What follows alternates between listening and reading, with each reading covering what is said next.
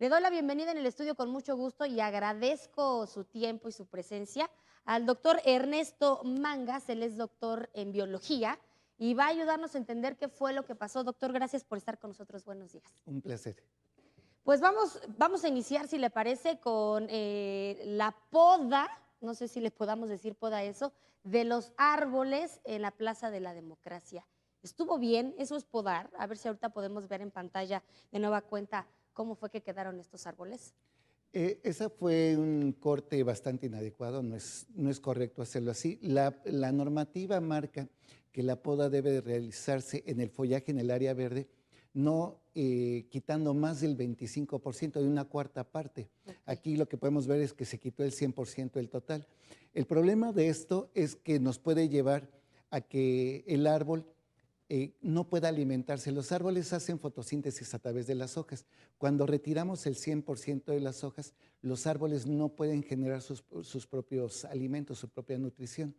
Y dejamos demasiadas áreas dañadas, son como heridas abiertas, donde pueden infestarse por parásitos, por bacterias, por hongos, y lo cual pone en riesgo al árbol, en un riesgo de salud de que mueran estos árboles. Deben de tener arriba de unos 60 años. ¿Qué probabilidad habría? Porque yo estoy viendo en pantalla árboles que ya no tienen una hoja, doctor. ¿Qué probabilidad habría de que estos árboles no pudieran alimentarse y terminaran muriendo? Existe una probabilidad de que no se recuperen de alrededor de un 30 a un 40% de algunos de estos árboles. Es decir, podríamos pensar que el 40% de ellos no va a sobrevivir debido precisamente a esa falta de hojarasca, de follaje. Los árboles se deben de podar de acuerdo a la normatividad solamente bajo ciertos aspectos. Claro. La cuestión visual de que interrumpa la vista a un edificio no es una de ellas. Okay. Sí, exclusivamente se deben de utilizar Okay. cosas que pongan en riesgo a las personas o a los vehículos, que se impide el paso vehicular o el paso peatonal, por ejemplo, entre ellos, Sí. que impida una correcta iluminación de las luminarias que generen áreas de peligro en la noche, Claro. por ejemplo, Sí, en eso otros sí. casos, o que estén, por ejemplo, debajo de cables de alta tensión, de alumbrado público, o debajo de puentes peatonales, lo cual genera un riesgo para ese tipo de infraestructura. Ok. Fuera de estas razones que usted nos acaba de mencionar, que pues son muy obvias, riesgo para las personas o para los autos, un tema de seguridad o un tema de cercanía con cables que pudieran provocar alguna chispa y algún incendio, no hay otra razón para que usted realice una poda de árboles, que en el riesgo de los vehículos y las personas vendrían los que están muy secos, ¿no? Sí, los que están Porque a muy veces se secos. caen. Acá nos pasa mucho con las palmeras de la Avenida Juárez, por ejemplo. Claro, claro. En el caso de las palmeras de la Avenida Juárez, por ejemplo, otra cosa que se integra es que estén enfermos por alguna plaga y que los árboles ya estén muriendo, Sí. lo cual también me da una cuestión de peligro social, ¿no? O vehicular. Sí, y que también pasó con las palmeras de Es Avenida correcto. Juárez y de otros puntos. ¿Se puede hacer algo ya por estos árboles de la Plaza de la Democracia? Sí, curiosamente, pero se debe de hacer por personas calificadas, gente, por ejemplo, de la Comisión Nacional Forestal. Hay otro tipo de poda que busca generar un mayor desarrollo de ramas. A esta poda se le llama poda correctiva o poda de restauración de estructura. Ok. Es una poda muy particular que puede permitir la regeneración. Es decir, ¿en dónde se poda? ¿En qué partes del árbol se poda? Ok. Donde nacen las ramas hay una serie de tejidos muy particulares que permiten la regeneración de ramas y hojas. Ujú. Cuando nosotros quitamos el total de follaje, como fue en este caso, el árbol está gastando mucha energía para tratar de volver a alimentarse. Entonces, lo primero que va a tratar de hacer estos árboles es generar nuevo follaje, pero es demasiado follaje el que necesita. Entonces, lo que se busca es generar la estimulación de otros puntos de crecimiento. Ok. Esos puntos de crecimiento se generan con una poda particular. Ok. Sí, entonces esa poda particular se debe de realizar por gente de la Comisión Nacional Forestal. ¿Y esa poda correctiva, doctor, es costosa?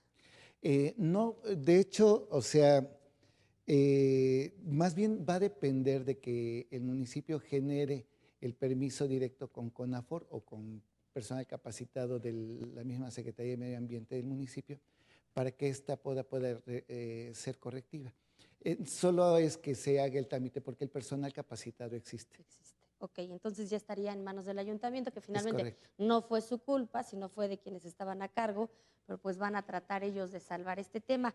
Y cambiando un poquito a la tala, estamos viendo mucha tala clandestina. Yo he visto notas, he leído artículos que no son de Puebla, de la Ciudad de México, del Estado de México, donde ya hay mafias, doctor. Hay mafias y hay crimen organizado, donde los activistas han desaparecido, donde los periodistas que le dan seguimiento han desaparecido, porque Sí. ya estamos hablando de un tema completamente ilegal, pero muy bien organizado y defendido pues, por grupos criminales.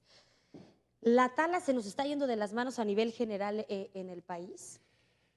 La tala genera una gran cantidad de ingreso económico precisamente a estas mafias y por eso es que existen.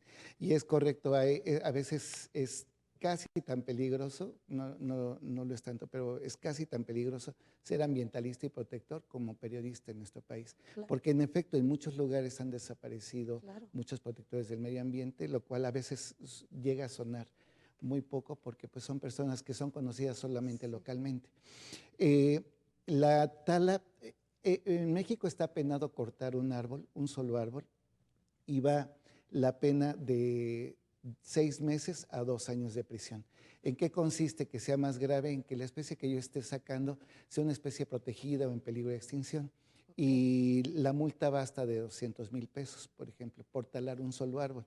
Cuando se están talando, como lo observábamos en la nota anterior, Sí, en la resolución. sí, exacto, una buena cantidad de talas sin el permiso adecuado, se hacen acreedores a ese tipo sanción. de sanción.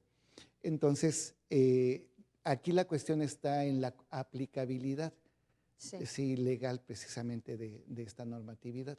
El problema es que hay muy pocos inspectores ambientales en el país. Esto sería una muy buena charla como para integrarnos aquí con alguien de CONAFOR, por ejemplo, Sí. porque esta tala en México desaparecen aproximadamente el arbolado unos de 5 a 6 campos de fútbol por hora, ¿Por de áreas hora? boscosas. Es correcto. Bajo la ilegalidad. Bajo la ilegalidad. ¿Cuál sería el mensaje? Sabemos que este es un tema que ya le concierne a las autoridades, ¿no? Y asignar presupuesto a aquellas instituciones que se dedican a vigilarlo, a cuidarlo. ¿Cuál sería el mensaje hablando de un árbol en general? ¿Lo que implicaría podarlo mal con el riesgo de que muera o lo que implica esta tala indiscriminada e ilegal? ¿Cuál sería el mensaje para todas las personas hablando de la importancia que tiene un solo árbol? En la ciudad de Puebla se capturan aproximadamente el arbolado urbano unas 19 toneladas de contaminantes de carbono al año y producen una enorme cantidad, arriba de unas 50 toneladas de oxígeno, nada más para la ciudadanía de Puebla. Las áreas verdes para los ciudadanos tenemos 1,5 metros por persona, lo cual es realmente insuficiente. Las áreas verdes deberían de ser mayores. Y nuestros árboles, cerca de entre el 70 y el 80% se encuentran dañados por enfermedades o por talas mal realizadas, porque a veces las personas talan sin el permiso y cortan completamente. Hay tipos de poda específicas para el arbolado, exacto, para el arbolado urbano que no se realizan. Entonces, creo que entre muchas otras cosas, si la ciudadanía está tomando los permisos para hacer las podas, las capacitaciones deberían de realizarse de manera social. Por ejemplo, ¿cómo se poda un árbol para todas las personas? ¿Cuáles son los requisitos para podar un árbol? ¿Cómo obtengo una licencia de poda o de corte? ¿Y cómo cuido uno de estos árboles? Entonces, la mayoría de los árboles se están deteriorando, sobre todo por falta de riego particular. Entonces, incluso para la ciudadanía, aquí sería muy bueno que adoptáramos un árbol, el árbol que tenemos enfrente de la banqueta, ¿no? Por ejemplo, Con eso o ya enfrente del cabellón. estaríamos. Con eso estaríamos haciendo un gran paso. Pues muchas gracias por su tiempo, doctor Ernesto Mangas, doctor en biología. Nos deja mucho aprendizaje y sobre todo nos deja una buena moraleja y una buena tarea. Le agradecemos que esté con nosotros. Gracias.